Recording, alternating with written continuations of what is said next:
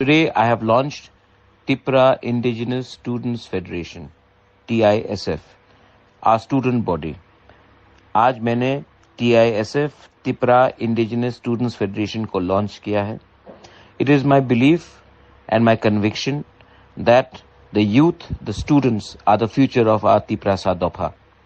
And by launching this organization, I am going to make the student, the youth feel that every house, every TIPRA should stand up and fight for a greater TIPRA land. ये fight हमारा अकेला नहीं है, ये fight आपका future का है. और अगर आपका फ्यूचर के बारे हम बात कर रहे हैं तो स्टूडेंट को भी चांस मिलना चाहिए अपना भविष्य के लिए बात करने के लिए. आज मैंने TISF लॉन्च किया है, तिपरा इंडिजिनस स्टूडेंट्स फेडरेशन. आप लोग उठो, rise, fight, stand up for your people, stand up for your rights, stand up for your future.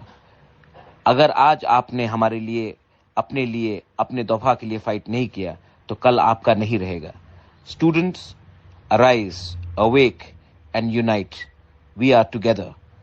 Tipra Motha आइक लोकथोंग, तिपरा इंडिजिनस स्टूडेंट्स फेडरेशन आइक लोकथोंग. Long live TISF.